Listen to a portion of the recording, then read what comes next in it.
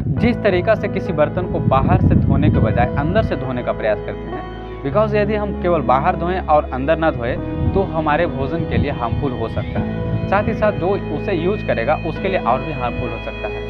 तो उसी तरह से हमारे बॉडी में बाहर की सफाई करना तो अच्छी बात है। डेली हम लोग स्नान कर लेते हैं और साबुन से जो भी यूज़ करना था कर लेते हैं। लेकिन हमारे अंदर के जो पार्ट है उसको सफाई कैसे किया जा सकता है? उसको सफाई करने की क्या-क्या प्रोसेस हो सकता है? कितना दिन का बचा हुआ भी वेस्टेज यदि बॉडी में है तो आप इन सारे एक्सरसाइज को करके अच्छी तरह से साफ कर सकते हैं। बिकॉज़ जब भी हम खाना खाते हैं तो पित्त का समस्या बना हुआ रहता है। तो पित्त का समस्या बनने का मेन कारण यही है बॉडी में वेस्टेज को जमा रहना। यदि बॉडी में जो भी हम खा रहे हैं उसे अगले दिन डिटॉक्सिफाइड हो जा रहा है, रिलीज हो जा रहा है, तो हमारा बॉडी पित्त नहीं बना पाता है, ग्रो भी अच्छी तरह से कर पाता है। लेकिन जो वेस्टेज मटेरियल हमारा स्टोमक में बचा हुआ है और वो सड़ने लगता है, फिर जो भी अलग से हम लेते हैं अपना बॉडी में उसके साथ मिलकर वो भी सड़ने लगता है, अच्छी तरह से डाइजेस्ट नहीं होता है और टॉक्सिक मटेरियल का निर्माण कर लेता है, जो हमारे बॉडी के लिए बहुत ज़्यादा हार्मफुल है। जिसके कारण गैस, कॉन्स्टिपेशन का समस्या होने लगता है। जय हिंद साथियों, आपका स्वागत है इस नए वीडियो में। तो आज के इस वीडियो में हम बताने वाले हैं कि किस तरह से अपने पेट को सफाई किया जा सकता है। हम में से सभी को ऐसा लगता है कि जो भी हम खाते हैं वो अच्छी तरह से डाइजेस्ट होकर के पेट साफ हो जाती है, लेकिन ऐसा बात नहीं है। बहुत हद तक हमारा पेट साफ नहीं हो पाता है। तो आज के इस वीडियो में हम चर्चा करने वाले हैं कि किन सारे योगा को किया जा सकता है पेट को अच्छी तरह से साफ करने के लिए, और साथ ही किस तरह का भोजन लिया जा सकता है। तो आज हम जितने सारे अभ्यास बताने जा रहे हैं वो हमें सुबह सुबह खाली पेट में ही करना है। उसे करने से पहले न चाय, कॉफ़ी, समोसा या किसी तरह के नाश्ता, जूस कुछ भी नहीं लेना है। पेट को हमारा खाली रखना है और खाली रखने वक्त ही इन सारी योगा और एक्सरसाइज को करना है। तो इसको करने के लिए हमें पहले 1 लीटर के आसपास पानी को सुसुम गर्म करना पड़ेगा।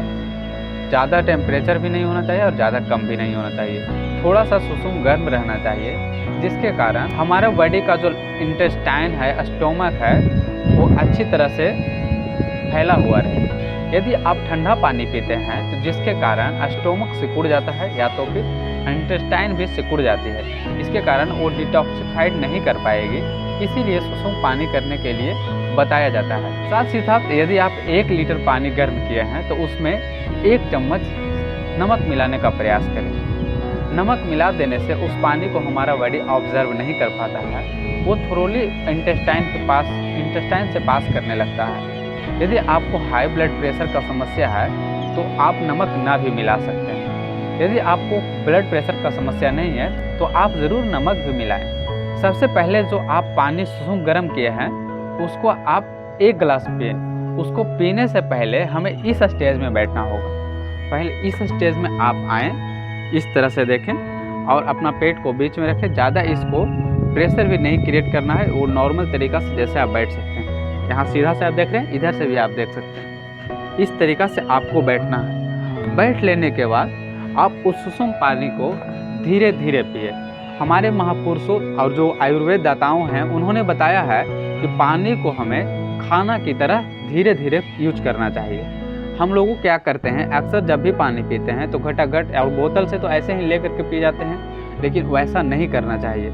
आराम से ग्लास में लेकर वो धीरे धीरे पीना चाहिए। अप्रॉक्स 1-2 मिनट तो पानी पीने में लगना ही चाहिए। तो इसी तरीक़ा से आप 1 गिलास पानी को कुछ टाइम देकर पिए। पी लेने के बाद हम कुछ एक्सरसाइज बताते हैं, योगा बताते हैं, जिससे आप करें। यदि आप इस योगा को करते हैं तो आपका बॉडी पूरी तरह से डिटॉक्सिफाइड हो जाएगा। तो बॉडी डिटॉक्सिफाइड की श्रृंखला में हमारा पहला योगा है ताड़ासन।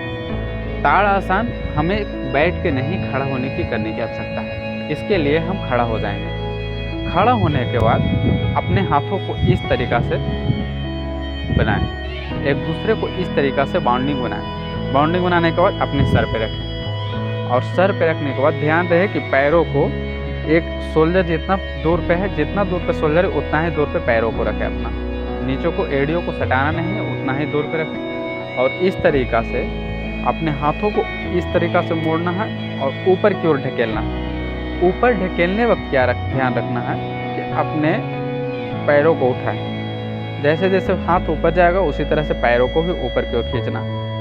इस तरीक़ा से देखें, हाथों को पूरा ऊपर खींचने का प्रयास करें, जितना ज़्यादा हो सके खींचें, और पैरों को भी ऊपर की ओर खींचने का प्रयास करें। ध्यान रहे जिसका बॉडी स्टेबिलिटी बहुत कम है तो वो कम ही खींचे, नहीं तो गिर भी सकते हैं।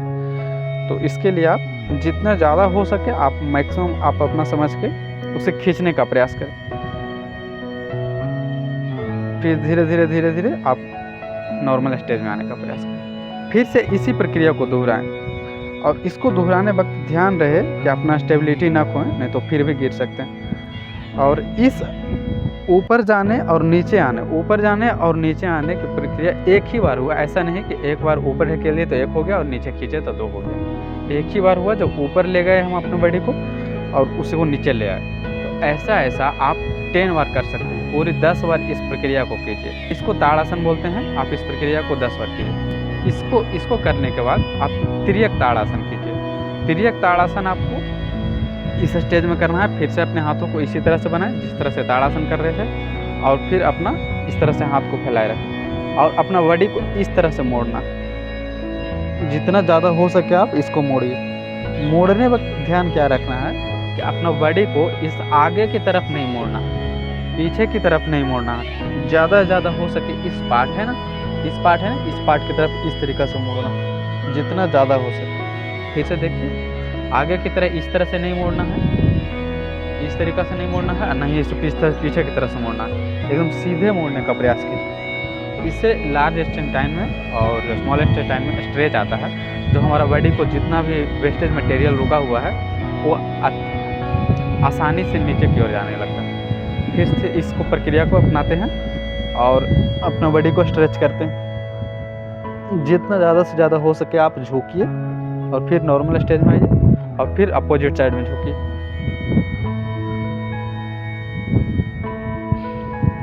हाँ, तो देखिए इस स्टेज में जब हम इधर आ रहे थे, यहाँ से स्टार्टिंग होना और फिर यहाँ पे आना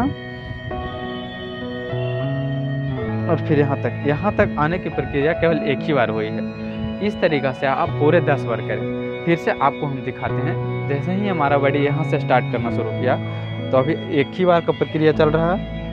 इस साइड मोड़ लिए,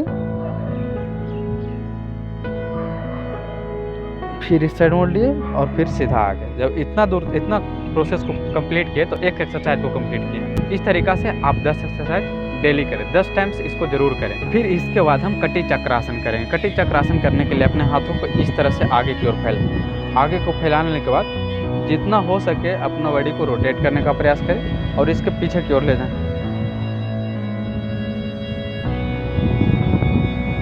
कुछ समय तक इसी स्टेज में रुकें और फिर रिटर्न हो जाए। रिटर्न होने के बाद फिर यहाँ तक लाएं।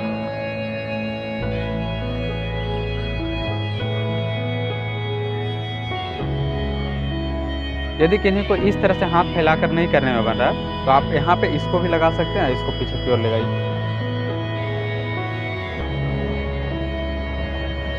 फिर इसको लाने वक्त यहाँ पे इसको लगाइए।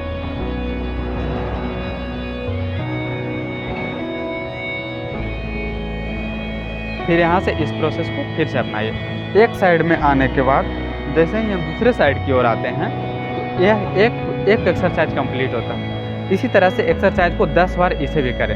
10 बार इस एक्सरसाइज को कर लेने के बाद आपको तो एक कम्प्लीटली अनुभव होने लगेगा कि आपको वॉशरूम जाने की रिक्वायरमेंट है और आप पूरी तरह से वॉशरूम जाने के लिए रेडी हो जाएंगे। फिर एक और एक्सरसाइज है जिसे भी आप कर सकते हैं। इसे करने के लिए आपको किसी बेड पे या तो कहीं पे जहाँ आपको मैट है जिस पे आप एक्सरसाइज करते हैं उस पे लेट जाएं।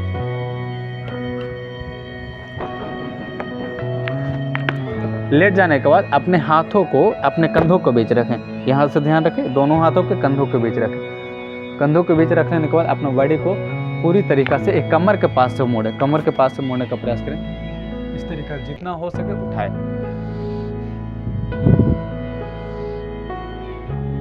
उठा लेने के बाद लेफ्ट साइड की ओर देखें, फिर राइट साइड की ओर देखें। जितना ज़्यादा हो सके अपने बॉडी को मोड़ें और देखने का प्रयास करें।